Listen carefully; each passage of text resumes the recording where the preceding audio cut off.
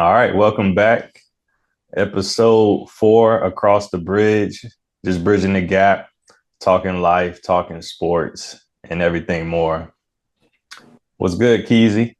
Chilling, man. What you got going on? I'm sitting here watching this Celtics and Cavaliers game for a quarter coming down to the wire.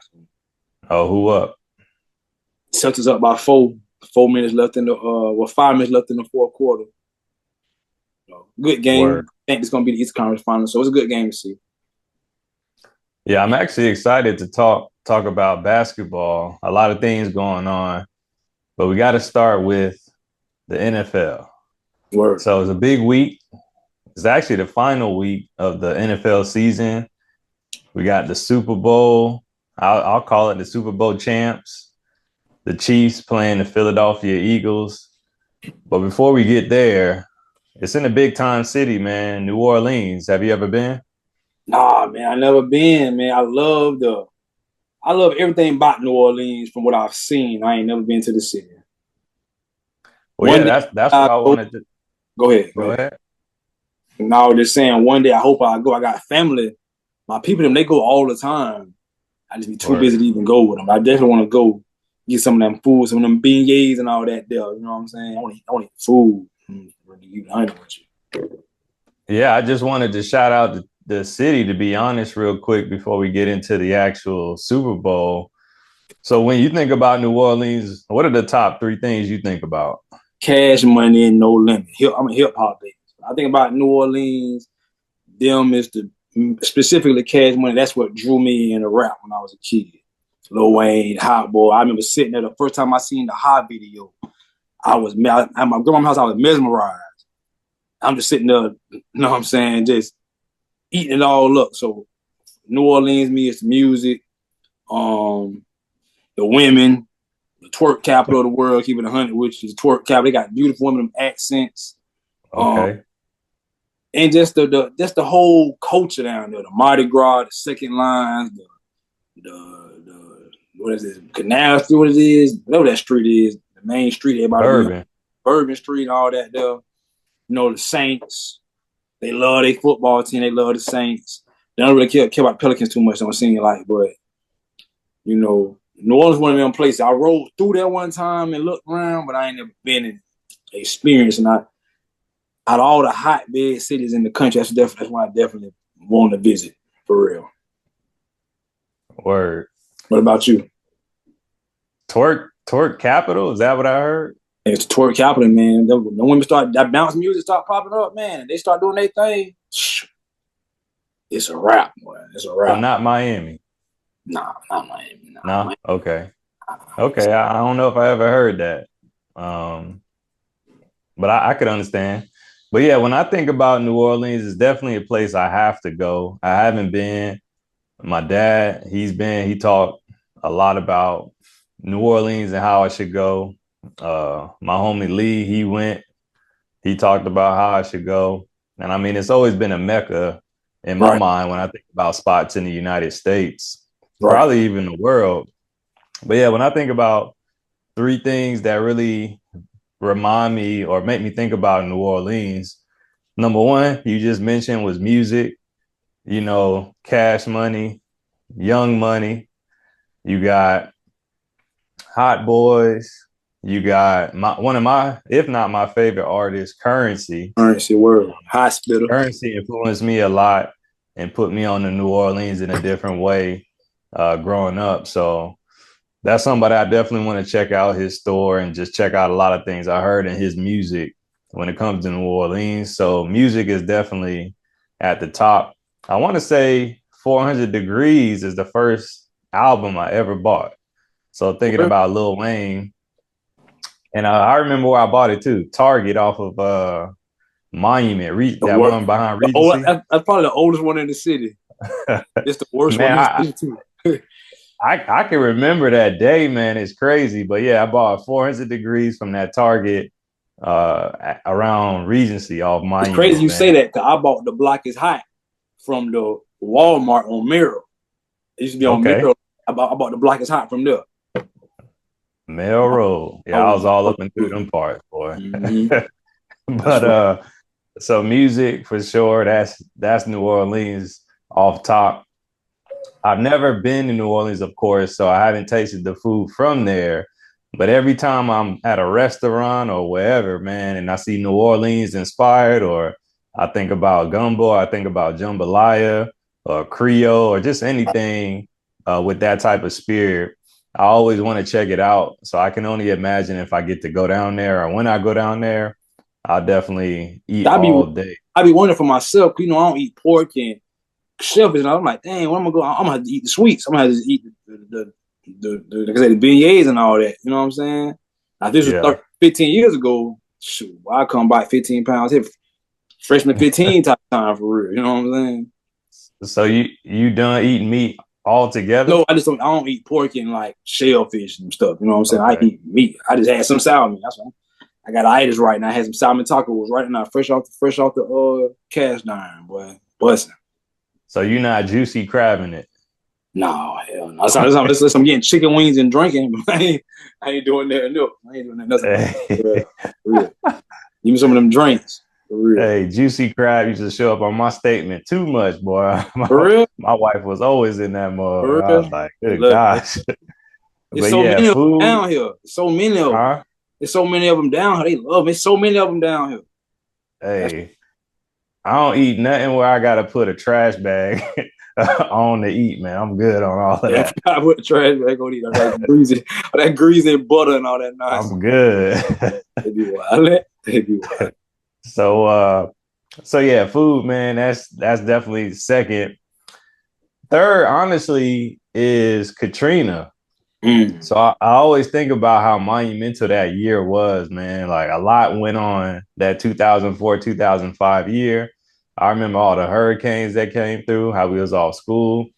But what I remember even more is the impact, right? So of course you can visually see how it impacted people, especially that looked like us, and then they started dispersing throughout the South. And I remember, I don't remember his name off the top of my head, but I remember this dude from New Orleans came in and everybody was like, "Oh, he's the new QB." You remember? You remember? I remember Justin Worthing. He was in 11th grade. The other K talking about he was wild. I don't remember his name. He was wild. He was a Yeah, wild. but I remember he had that accent. I was like, Yeah. "Dang, He that's was real, wild. man." I didn't know Marvin knows, and I can't remember his name. He was wild. Yeah, I can't think of his name, man. He stayed off 103rd, but yeah, he came in, man. I always tried to make him say numbers with 15 because he used to have that accent, man. That used to make me laugh. But Katrina was something real, man. That was a heck of an experience, and just seeing the impact that had on people and how people's lives changed forever from that experience. So those Eric. are His name was Eric. Eric. Yep. His name was Eric. Yep, Eric. I hope he's doing good. Shout out to him. But yeah, man, those are the top things. But even more, like the type of talent that comes out of New Orleans, man, whether it's from the music, whether it's from, chefs, businessmen, and then even just thinking about Wall Street Trapper and how he's somebody who influences me when I think about financial literacy. New Yeah. Orleans got a special place in my heart, man. So The shout out accent, to the accent you hit, shit. you know the New Orleans accent. Well, who Oh say yeah. it? You know that New Orleans accent, man. It's I'm crazy. not gonna even try to replicate it, but Yeah, shout out baby, to New Orleans. baby, yeah, baby. My uncle talked to that. My uncle do that job all the time. Trying to be so funny. Shout It's out like to no matter New where you Orleans. at, like, and people from New Orleans, they love their city. So my uncle, Yeah. whenever we go somewhere, like where we at, he gonna just start screaming, New Orleans, New Orleans. He be the only one there. He do it all night. Oh man, he be Yeah. hilarious. But yeah, Yeah. Shout out to New Orleans, man. And they just came off of that incident recently. So it's yeah, cool that they got the Super Bowl. Hopefully they bounce back as a community and yeah, continue to move forward in a positive light. yeah. So before we even get to the game, Kendrick Lamar, man, he on the run. He Yes, on the sir. run. Kung Fu Kenny, man. He on the run right now. He bringing the West back. He I did know coach you said he's your top five top artist. five, man. He number five right now. I got And him he right ain't behind nowhere. Ghostface Killer, huh? He ain't nowhere on my top five, but I respect him. But I do want to check in, right? So being that he's your top 5 artist, what do you expect first from him performing at the Super Bowl? Man, it's the first time I believe the Super Bowl has had one artist doing the hip hop performance, like one all hip hop performance. I think the first hip hop was Nelly way back in the day.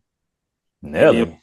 Nelly. I think Nelly came out like in like '02 or something at the one when the Ravens played the Giants. I think he was out there for something. I believe so. I think Missy came out of something like that one year, but they was like featured or something. And then of course we had Dr. Dre, but Kendrick performed at that one. Kendrick, Mary J. Blige, and all of them. So this one, I believe, gonna be the first one with a hip hop artist featured. I don't know if you ever seen any of his live shows, but man, he put on a performance. His performances it might be some of the best rap films I've ever seen in my life. As far as like he got the choreography going on. He involved in the choreography, which is not normal for a rapper. You know what I'm saying? You can hear him. His breath control is good, which is important as a rapper. Which is how I rank you, how your live shows are, and not just how you sound in the studio. So I expect greatness. I know SZA gonna be there too. I expect greatness. Is just main thing is wondering what songs he gonna choose, how he gonna run it. And being a rapper is so much cussing in you, cussing, how you gonna blanket out and all that there. That always play a funny part with the rap music. So I'm expecting big things, man. Further supplant his status and doing what he did for the culture this year and getting, who up out of here, up out our faces for a minute, so yeah. You got something against Drake? I like Drake with the melodies. I don't like Drake when he had tough. I just seen he got an album coming out with Party Next Door. I'm gonna check that out. But all that rapping Drake, I ain't never like his voice on no rapping. I don't like, too much in Drake rap songs. Besides Kiki, Do You Love Me? That's it? The rapping, Kiki, Do You Love Me? I think my favorite Drake song still probably is Sooner Than Later, when he like way back in, it was in freshman year of college. Yeah. But I ain't never been no fan of Drake rap. That one in the Kiki, Do You Love Me? I think that's my favorite one, I think. I don't listen to Drake rapping, man. I can't stand his voice. I wouldn't expect that from a music historian like yourself, but all right, I'll take it. We can talk about that another day. No doubt. So yeah, when I think about Kendrick, man, I don't know, like his vibe, he's just not an everyday vibe for me. Like if it's a moment where I want to clean the house, you know what I'm saying, and have some jazz playing or have a storyteller or some poetry, all right, I'll put some Kendrick on, but he don't really have like replay value for me. It's like one and done. Like I can listen to an album of his. I did the other day. I listened to Pimp a Butterfly, and it's like I listened through it, but I just don't have the urge to re-listen to it. Right? Like maybe it's another 10 years that I'm like, all right, let me plug it back in. Kendrick all day, every day. I listen to it every day, bro. Every album. Every album.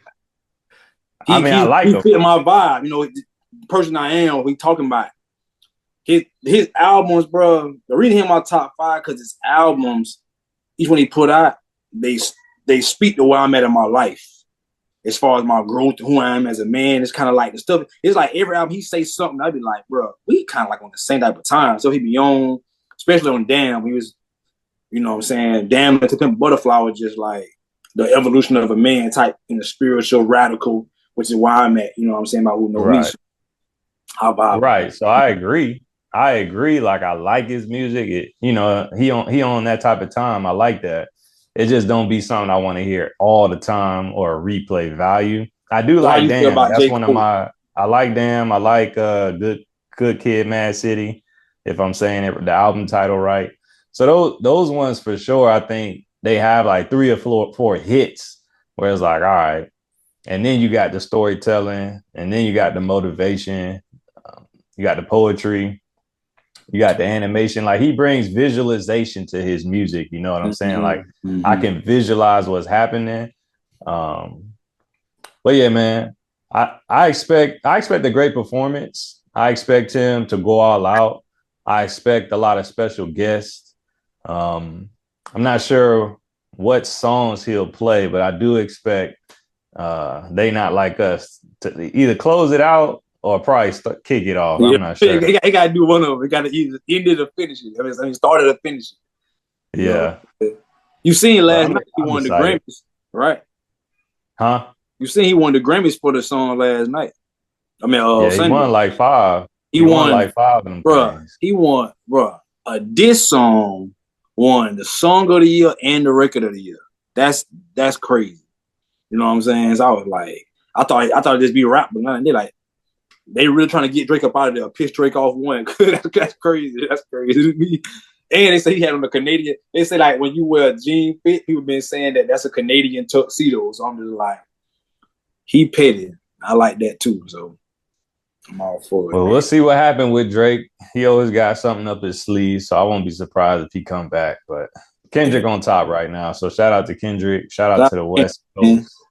And let's see what happens. Do it. So let's get to the actual game, man. So I called this from the beginning. I keep talking about my prophecy. You know what I'm saying? We're rematching. Yeah, right.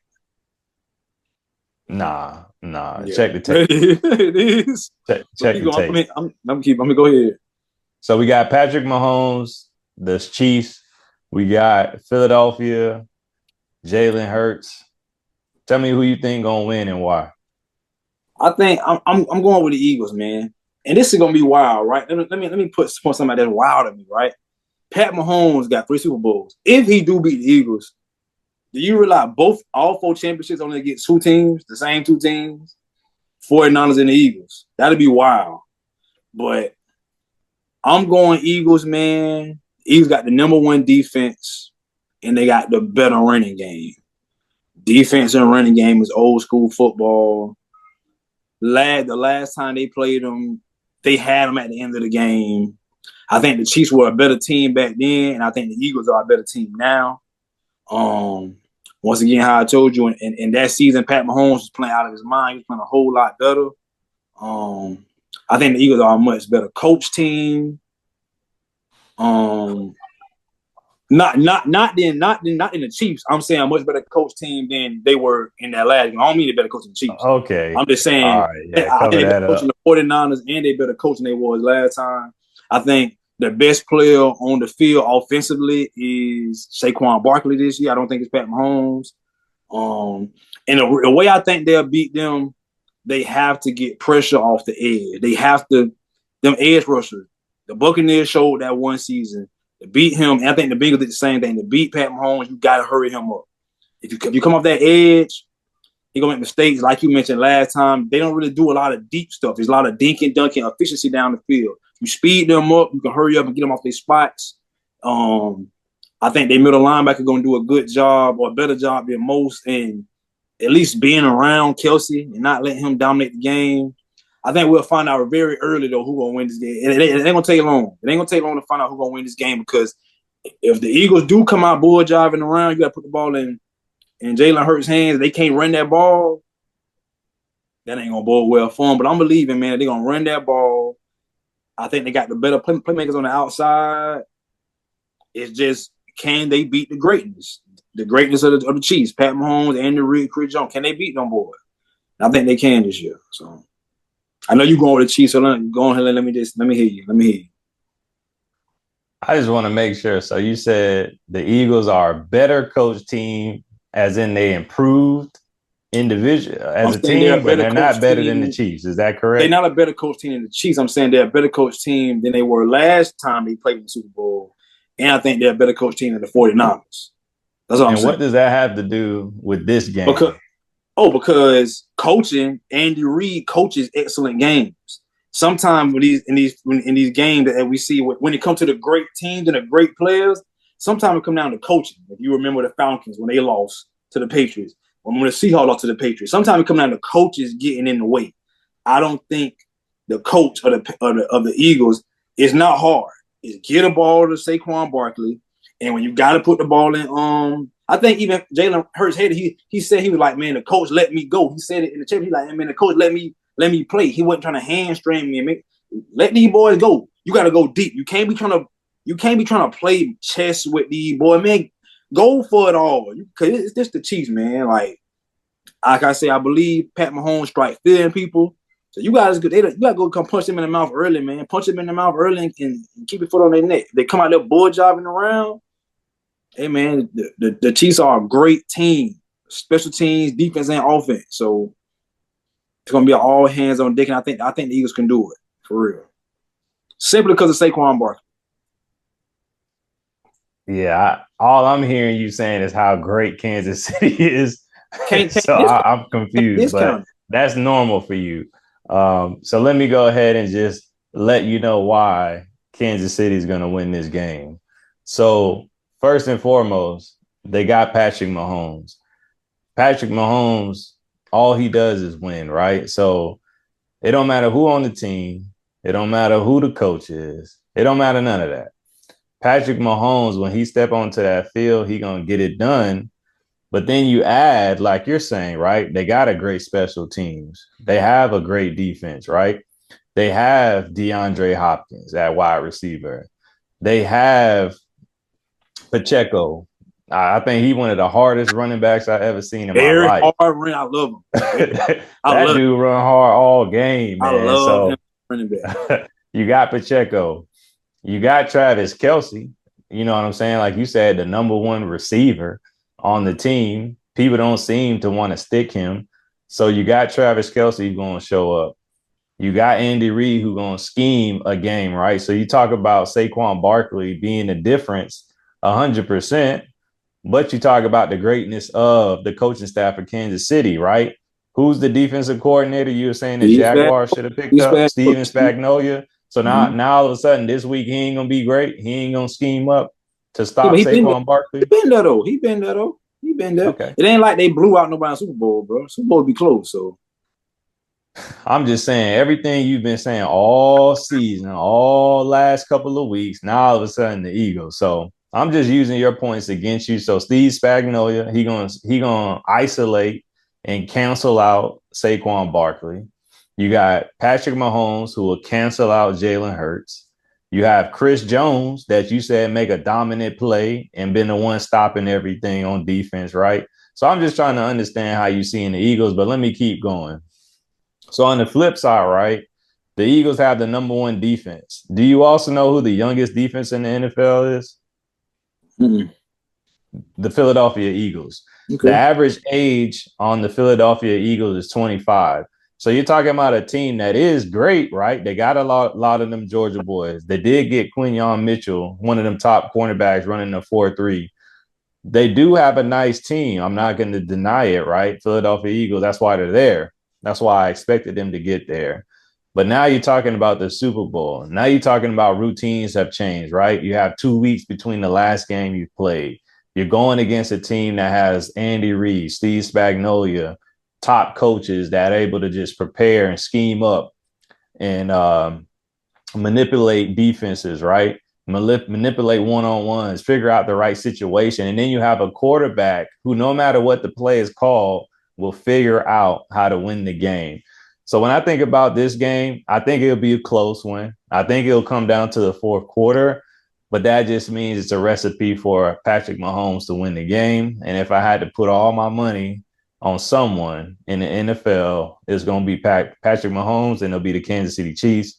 And I think they'll walk away with their third title in a row. He'll cement himself as one of the best, if not best, chasing next to Tom Brady. And he's going to separate himself completely from the class of QBs in this generation. So Chiefs, I'm going to call it 24-21 this Sunday.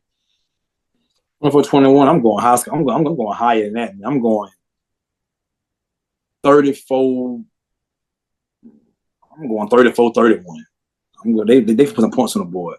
They putting points on the board. Like I said, it's gonna be a good game, man. You gotta remember, I ain't picked the Chiefs to even be here, so I'm not as high on them this year as you are. I picked Eagles, Ravens. You know what I'm saying? Yeah. So Ravens once again couldn't pull it out, but I just think the Eagles gonna do it, man. I said they pretty much had them beat last time. There was a bunch of BS going on, and the thing about it is, those boys been there before, right? It ain't like you. I know you said the defense young, but the most important piece, he been there before. He been on the bright lights. Same him. I think Brown was there. I don't remember. I don't know if Devontae Smith was there. I don't think Smith was there, but Yeah, they were all there. Smith was there too a couple years ago. Yeah. Okay, well they all was there. Then you add Saquon. So end of the day, and I don't think the Chiefs seen no offense like this the entire time. So it's gonna be something real on both sides. I expect a great game, and I expect the Eagles to pull it out behind Saquon Barkley. We'll see. But clearly you don't know football and you didn't have the Chiefs there. So I mean, I understand. I get it. I hear you talk, so I get it. I'm a Bronco fan, so I'm never gonna pick the Chiefs. Like, I'm not like one of you Jaguar guys who say, "Oh, I think the Texans are gonna be around for a long time." I mean, it's just called expertise. Yeah. I'm an expert. I see what I see. I'm just calling it what it is. I hear you. With that being said, though, we have teams that have won a Super Bowl, and then we have teams that have never won a Super Bowl. Mm-hmm. So let's see who those teams are. Let me know if any of these teams shock you. Mm-hmm. Cincinnati Bengals have never won a Super Bowl. Mm-hmm. The Buffalo Bills have never won a Super Bowl. They probably did the most. That shocks me. Never won a Super Bowl. Cleveland Browns, they never won a Super Bowl. Atlanta Falcons, they ain't bring no chip to the city, man. Atlanta is struggling just like us. All right. Arizona Cardinals. Huh? They ain't like y'all, but I hear you. Go ahead. They ain't got no Super Bowl. Arizona Cardinals never won a Super Bowl. San Diego Chargers, or LA Chargers now, never won a Super Bowl. Detroit Lions, you were talking about this recently, never won a Super Bowl. Carolina Panthers, never won a Super Bowl. Houston Texans, Tennessee Titans, basically the whole AFC South outside of the Colts. Minnesota Vikings, and then last but not least, the Jacksonville Jaguars. So we have 12 teams in the NFL who have never won a Super Bowl. I want to know, which out of the 12 do you believe will be the first to break out of a no Super Bowl city? The first who I believe, before I answer that, I'm going to say the one who shocks me the most is the Vikings. Vikings, the fact that them boys had some of the best offenses available. I definitely thought they would have got one back in the day when they had Moss and Chris Carter and Cunningham and all them boys. I think they would have had one. And then that year that Bounty Gate went on, where they had Brett Favre and Adrian Peterson, Percy Harvin, I thought them boys was going to win it that year. And Brett Favre turned into Brett Favre and blew the game at the end. But that's the most shocking. I think the team that looked the best right now to break it first, for me, is going to be the Lions. The Lions are in a great spot. It seems like organizational wise, they done turned around. They got a good coach. The division is pretty much theirs for the taking. There's no great quarterback in Green Bay to halt them anymore. The Bears are never really anything worth mentioning. And, right now, we don't know what's going to happen with this quarterback situation in Minnesota. So I'm looking at the Lions as the team with the best shot. Because a lot of these teams look like they're in the AFC from what I'm looking at. And with Pat Mahomes, the Ravens with Lamar Jackson, all them guys being there, I guess if I had to pick an AFC team, maybe the Bills, but it just don't look like, someone could be able to get past Pat Mahomes, man. So I'll go Vikings NFC and Bills AFC. And who I know ain't going to win no time soon is the hometown Jacksonville Jaguars. I see nothing going on with them winning the Super Bowl anytime soon. Them and the Browns. I'm going to ask you again. Are you from Jacksonville? I'm born and raised, man. Okay. Born and raised. I can't tell. North side. Right. All right. Side. So what team shocks me the most? Man. Yeah, I'll probably say the Buffalo Bills. I want to say Charlotte though, because they had Cam Newton. They had a decent team. They was balling them years. They just couldn't get over the hurdle. So, but I saw it with my own eyes. But that's kind of a shocker because they even had a team back with Del Homey when you had Steve Smith, you had Foster, you had Julius Peppers. Came back here butchering people's names, man. That man's name is Jake Delhomme. You talking Jake Delhomme. Del Homey, that's That's what I call them. But that was a dope. That was a dope team. That team stat. I was a stat team. Yeah. Yeah. So I would say Charlotte, they've had a couple of teams where it's like, dang, they just I didn't wonder why they execute. call Carolina and not Charlotte. I wonder why they call them Carolina and not Charlotte. The state. I I don't know. understand that. I'm sitting there saying I want to, It ain't no other I guess. NFL team in the Carolinas. Yeah, I guess Yeah, you're I right. don't know. But I guess when it's only, I wonder, looking at that, if it's only one team in the state, do they go by the state? That's how the Cardinals did too. They call Arizona. I don't know. Then Green Bay, that's something to look into too, I guess. I mean, they call the New York Jets and Giants New York, but they're not in New York. So, Yeah. But yeah, Carolina is probably the team that shocks me the most. All right, who do I believe will be the first to win a championship? Drum roll, please. Man, but I'm that's how we gonna do The that. Jacksonville Jaguars will be the first team out of this 12 to win. Let me tell you why. Okay. So if we look at these teams, right, which teams have actually most recently represented their conference championship? The Bengals. So you got the Bengals. And who else? Bengals, the Bills. Yeah, the Bengals and the Bills. Outside of that, it's the Jaguars. Most recently. You mean Ben to conference championship? Because the Bengals actually went to Super Bowl when they did it. Yeah, that's what I'm saying. Represented the conference championship. The Bills ain't go to the wildin', man. Keep going. What? Keep going, man. The Jaguars. Do your research, man. Do your research. So look, they played in the conference championship game, but the Bengals played in it and won and went to the Super Bowl. Yeah.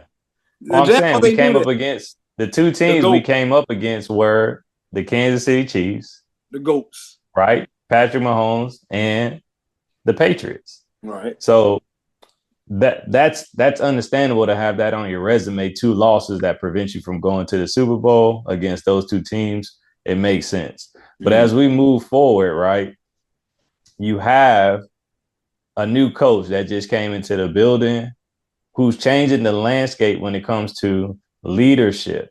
So we got rid of our GM. We got rid of our GM.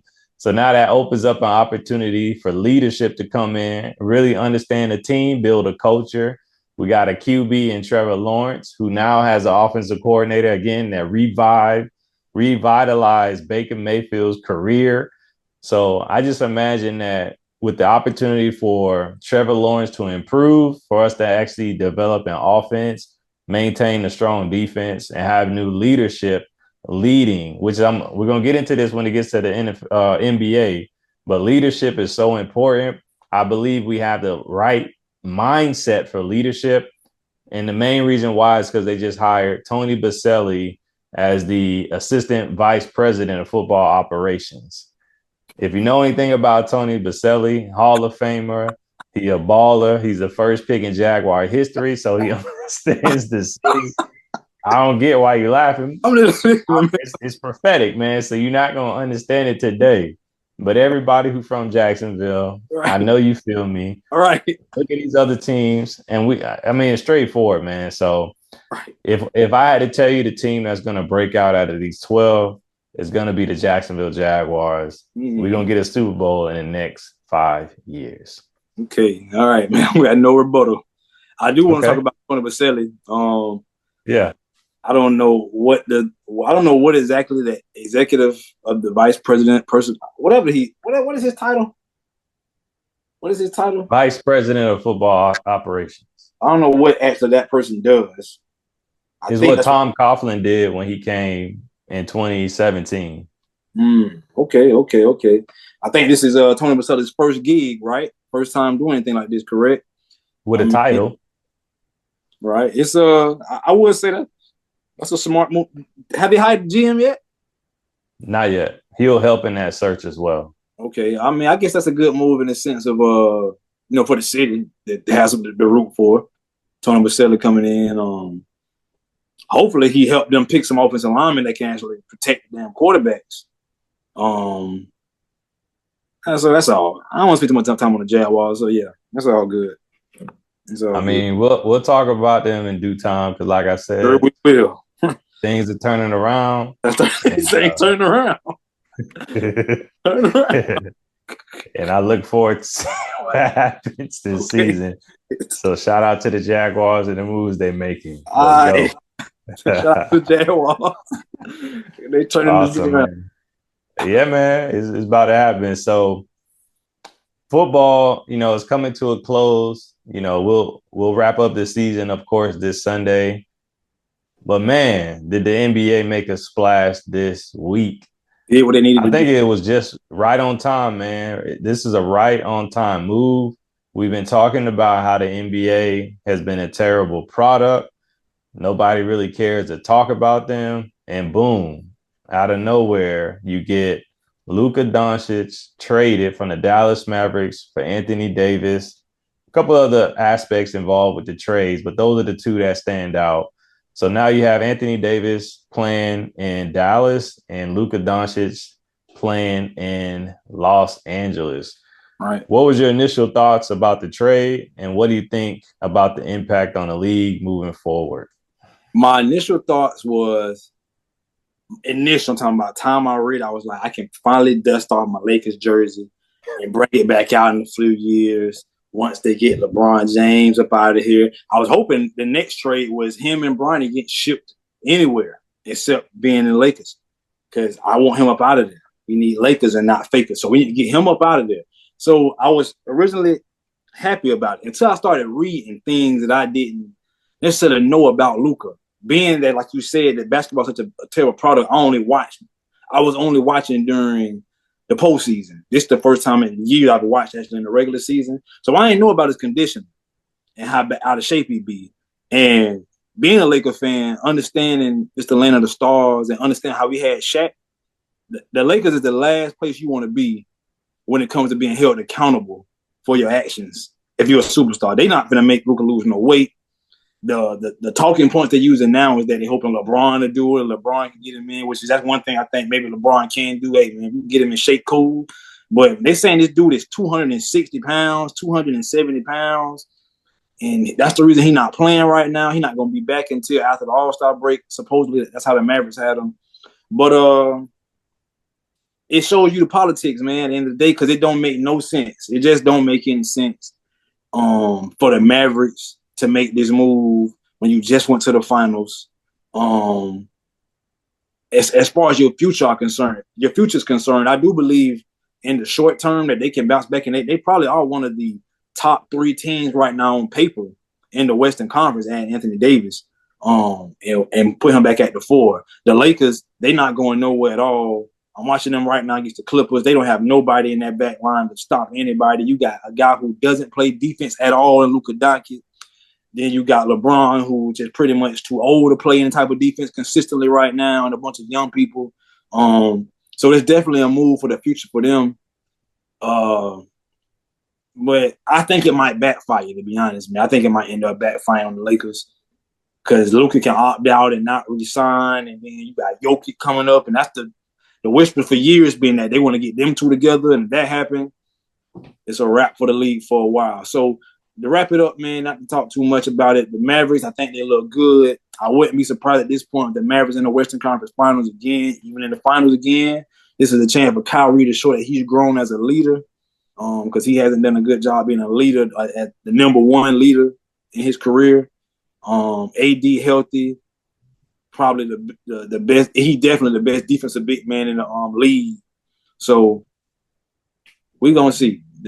Dallas up right now. They won the trade in the short term.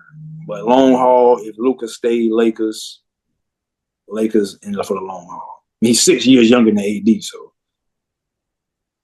I've been confused about that last statement before I go. So I've been hearing that Dallas won the trade in the short term. What does that mean? That means that Dallas can possibly win a championship this year. The Lakers can't. So in the short term, it's kind of like when the Lakers first got AD. That championship run was open for 1 or 2 years with the Lakers, and they got that one ring, and that's a wrap. You know what I'm saying? There's no point of AD even really being there no more unless they're going to bring in somebody that couldn't, Trae Young or Dame or somebody like that.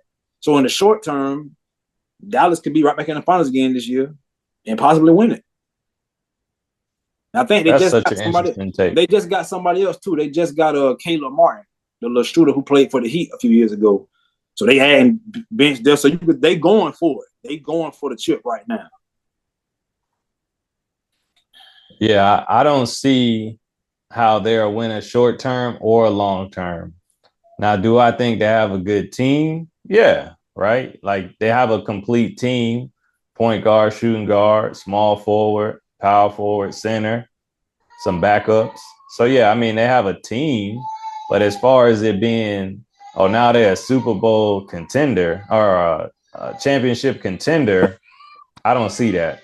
But as far as what's my initial take, so my initial take when I saw it, I actually saw it from you. You sent me the image, and I looked at my phone, and I was just like, all right. I thought you were just sending some foolishness. So I didn't really look much into it, but then I actually went to ESPN and I saw it was first thing on ESPN. I was like, oh, wow. They got rid of AD. That was the first thing in my mind. So I was like, oh, they got a shot now. And shout out to AD. He's quality, right? But he just didn't move the needle. Like he pisses me off more than I'm actually excited to see him play. Like he makes me upset when I watch him play. Yeah, I get nervous when he falls.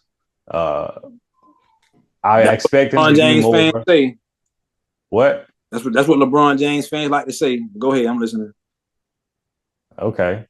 So yeah, I was like, all right, yeah, they got rid of him. That was my first thought. When the dust settled, I started to think a little differently, man.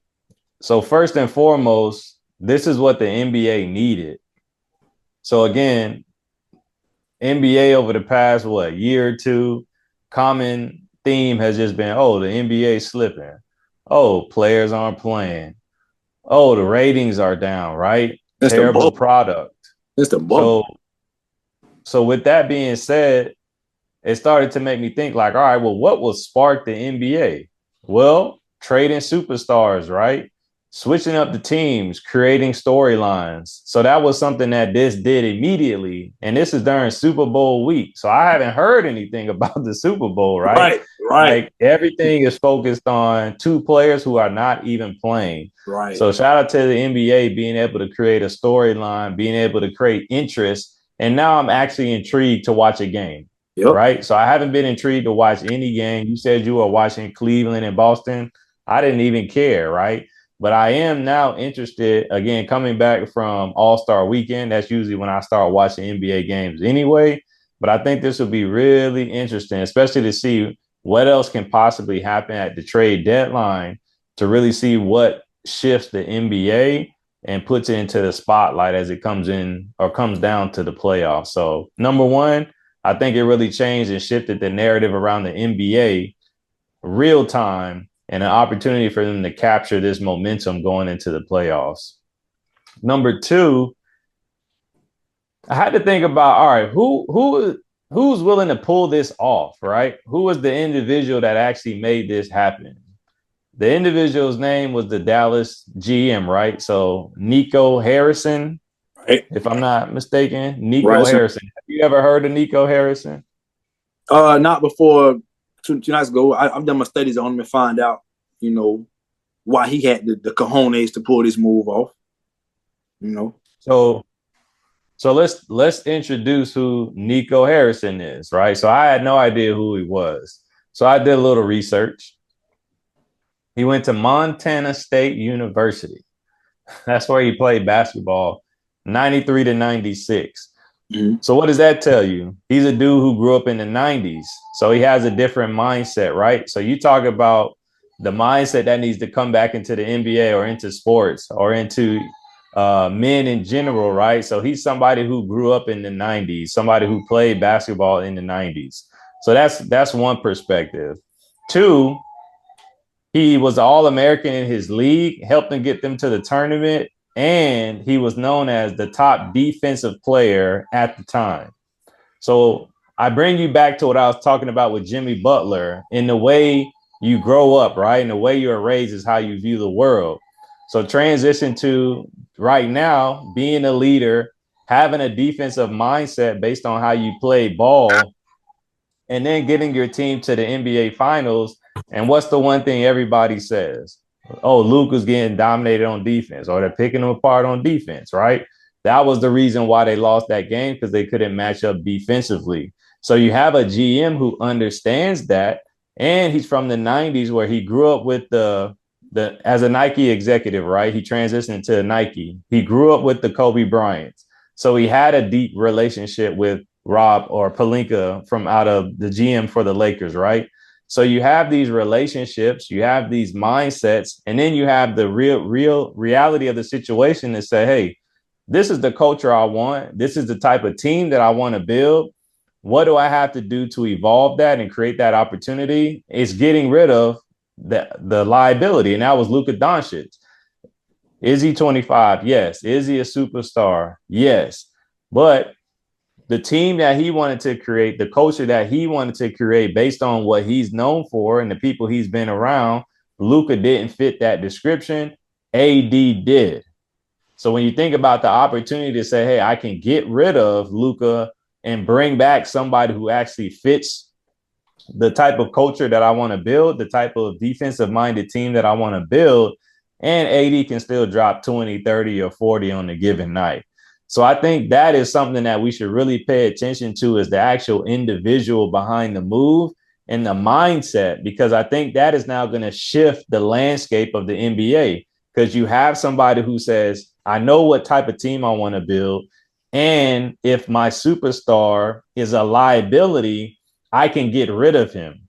So you have the Jimmy Butlers with the Pat Riley's who have the same mindset, right?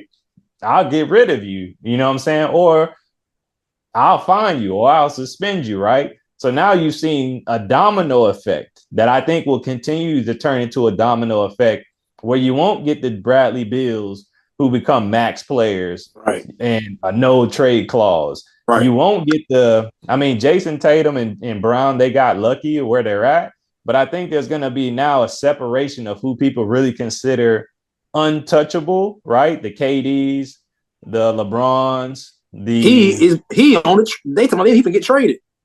yeah, I'm talking about right now where they're at in their career, but I'm talking about when you're talking about peaks, top peaks, Jaylen Brown, Jason Tatum, Damian Lillard, these people who are great, but they're not on those levels, right? Where that individual is actually going to take your team to the championship or be the one who helps you win the championship. They're great pieces, but I don't believe moving forward the NBA is going to see those people in the same light. And this trade and this mindset from that GM is going to shift it.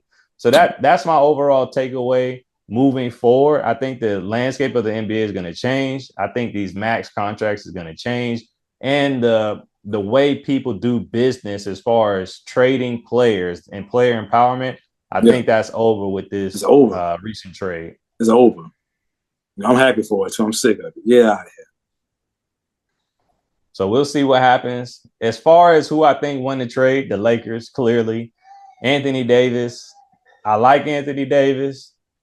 He's somebody I believe is a top defensive player. He is somebody who can drop 20, 30, or 40, but he makes me sick because I think he's way better than he should be playing. I think he should elevate a team to a championship contender. Yeah, you but I about to don't see see it. that.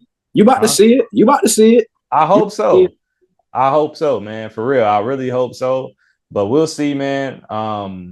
Shout out to Kyrie. I hope that matchup does something for him. He got the ball back in his hands. Klay Thompson. They got a team on paper, but I just don't see it transitioning to anything short term or long term. You got the Lakers, you got LeBron James, you got Luka. They can squeeze in a big man, pick up Dwight Howard, just throw anybody at the 7 who can grab a couple rebounds and deflect shots. And now you got 2 unstoppable point guards, small forwards, and the future is bright for LA. go ahead and throw your jersey on. Nope. I hear you. I hear you. So it's Black History Month. Well, it almost wasn't Black History Month, right? They were about to renege on it, but shout out to Trump, right? He said it's his pleasure to make sure that Black History Month is celebrated and all the wonderful Black people like Tiger Woods. Yeah, he said Tiger Woods. All people. What the fuck, so, Tiger Woods? He didn't say he was black. He said everything. Thinking of Black History Month, thinking of athletes, or just in general, for you, who's inspired you or influenced you the most, or you think made a huge impact when you think Ali, about? man, the GOAT. Ali. Yeah, Ali should be at the top of everybody. If you don't know Ali's story, you need to know Ali's story. He showed what it is, man, on some Killmonger type of time. Like I turn my back on all the riches, all the fame, all the glory for my beliefs, for what I stand on, for my people, for justice. And I ain't never heard no funny bunny stories about Ali. I done heard about everybody else. Anybody you want to name, I done heard funny business. But Ali, I ain't never heard no funny business, you know what I'm saying, in regards to his legacy. So Ali is definitely number one when it comes to athletes. Anybody else, influential in the space of Black History Month and what we celebrating that for. Not too many more athletes. I mean, Craig Hodges tried to do his thing. Sharif Abdul Rauf, who played for the Nuggets, standing on business back in the day. You know, that's pretty much it. Athletically, who's an influence. Other than that, man, it's just regular people. The Marcus Garveys and Malcolm X. Sada Shakur's, Farrakhan's, people like that. Harriet Tubman, Demar Best, people like that. Those are people who I think we really need to pay attention to, and give heed to this Black History Month, and not let this be a space of just celebration, but more so of instruction and organization. You know what I'm saying? To do something. You know what I'm saying? More than just clap and cheer. If all we're gonna do is clap and cheer, and they sit there and say we're gonna take it away, well, what difference does it make any damn way? You know what I'm saying? That's how I feel about it. What say you? yeah. Just thinking about like more recent, to shout somebody out. I want to shout out Maya Moore. She's somebody who, I mean, introduced me to another level of women's basketball. Like, there's been a lot of greats when you think about women's basketball, but Maya Moore was on another level when you think about UConn and then thinking about what she was able to do in the WNBA. And Yeah, after a very short career, she stepped away, and just thinking about like the honorable reasons why, like fighting for the wrongful conviction of her husband and just spending time really focused on that, and then her beliefs and faith, and just giving it all away and retiring after 6 years from yeah, Minnesota to really yeah. focus on that. I mean, just giving up everything she was great at, but even beyond the court, right? So I think that's something that's super powerful to acknowledge in real time, because I know we always go back to the past, and there's a fine line with that, right? Like, it's always good to look back in the past, but it seems like we're always stuck in the past. Like, we don't have anybody else more recently that's making an impact or that's standing up that we can acknowledge. That's real. So I just want to bridge that gap again, just the past and more recently and to the present, women and men, people that look like us that are standing up, sacrificing what we could consider a career or being a dominant in their sport to really make a stand for what they believe in, whether it's personal or beyond their person. Shout out to Maya Moore, Definitely shout out to Maya Moore for sure. taking that sacrifice. So, but yeah, there's a lot of people doing a lot of great things, man. And hopefully this month we continue to just learn more about our history, continue to educate, and ultimately build a community. I saw a post you put up, or story or something, was saying like what the main focus for us should be this year and moving forward is just community. So Yeah, again, bridging the gap. We got some guests that'll come onto the show. So reaching back into the community, trying to highlight the city of Jacksonville, trying to share stories, and just take it to the next level, man. So I look forward to it. Shout out to Black History Month. Shout out Shout out to to us. You know what I'm yeah, man. saying? Shout out to us. Yes, sir. So we got Super Bowl. We got the Super Bowl this weekend.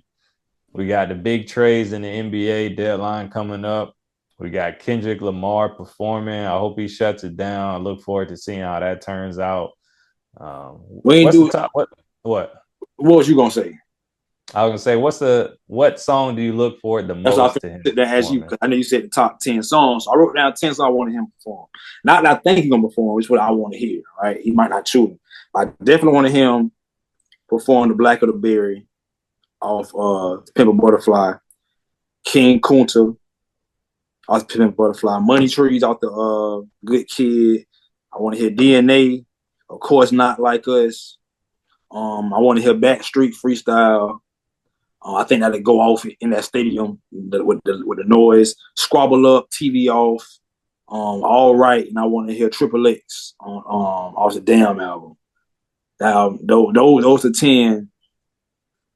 I was wondering like how they do it. Is it just like it's a melody? I mean, how many is it? 20? Is it 15? Like I know it's a melody all these songs. So if he curate the list the correct way, I would love to hear those 10 songs. I know SZA gonna be there too, so they probably do all the stars and 30 for 30 and all that. But Yeah, I'm curious on if he's gonna bring out a Lil Wayne or I hope a not. Master P. I hope No, not. I'd rather see okay, J Rock. That's why I want to see Money Tree. Man, bring out J Rock. I don't want to see Lil Wayne. I'm going to see Lil Wayne in a few weeks. I'm going to see the Hot Boys. Actually, I'm going to see the Hot Boys in okay. Tampa on the 21st. But I don't want to see Lil Wayne by himself on the Super Bowl. Man, Lil Wayne don't even be rapping. He be tripping. He be wilding out. Man, he got to get his stuff together. Man, maybe get it next month of time. And all his rap songs, people ain't gonna. I don't want to hear that. I don't want to go y'all topic, but I got a whole nother Yeah. opinion about that. But yeah. I mean, I echo those songs. I really would love to hear a song, Mortal Man, but I don't expect him to perform anything like that. But that's probably one of Or the my man hard. favorite Or the songs. man hard. Yeah, that's probably one of my favorite songs from him. So that's more of my vibe, of course. But all right, Have you that heard I the new album? definitely know that's gonna hit, huh? Have you heard the new album? Yeah, I listened to it. I mean, it's cool. It's Did cool. You know what I'm did you hear saying? the one before it? Did you hear Mr. Morale? Yeah, I listened to it. Okay. Yeah. I mean, like I said, I listen to his music. I just don't run it back. Word. Like it, like for instance, I just listened to Pimp a Butterfly. The last time I probably heard it was when it came out. Damn. Yeah. Damn. It's not something I'm running back over and over and over. I just played his whole catalog on Sunday at work. I played not the whole, I played from Good Kid to GNA. I played the whole catalog on Sunday. Yeah, I'm not running Kendrick Lamar back to back to back. I will put Mortal Man on. If I had to put an album on, it'll be Damn. I'll listen to that album and run it back if I had to. But yeah, it's just I got to be in a certain vibe or mood to listen to Kendrick Lamar, and that's not my everyday mood. Yeah, that's my everyday move. So I could do it. That's my everyday, man. So I feel you definitely got to be in everyday. I feel that's kind of how it is with all the little big three, right? Him, J. Cole, Drake, all those guys. Because I don't listen to J. Cole. People are like, you don't listen to J. Cole? I'm like, I don't listen to J. Cole at all. You know what I'm saying? Yeah, I like J. Cole, but I'm not playing a J. Cole album. I'm not playing a Drake album. Yeah, I ain't heard a Drake album. I'll listen to a track, but yeah, I'm not playing those. So, but shout out to Kendrick. He on top right now. I look forward to the Super Bowl. Please like, comment, let us know what your thoughts are. We'll definitely reply back. Continue to share, and we appreciate y'all on this journey. This is your boys, Keezy and Jahmal. Cross the bridge. We'll be back next week. I'll let y'all.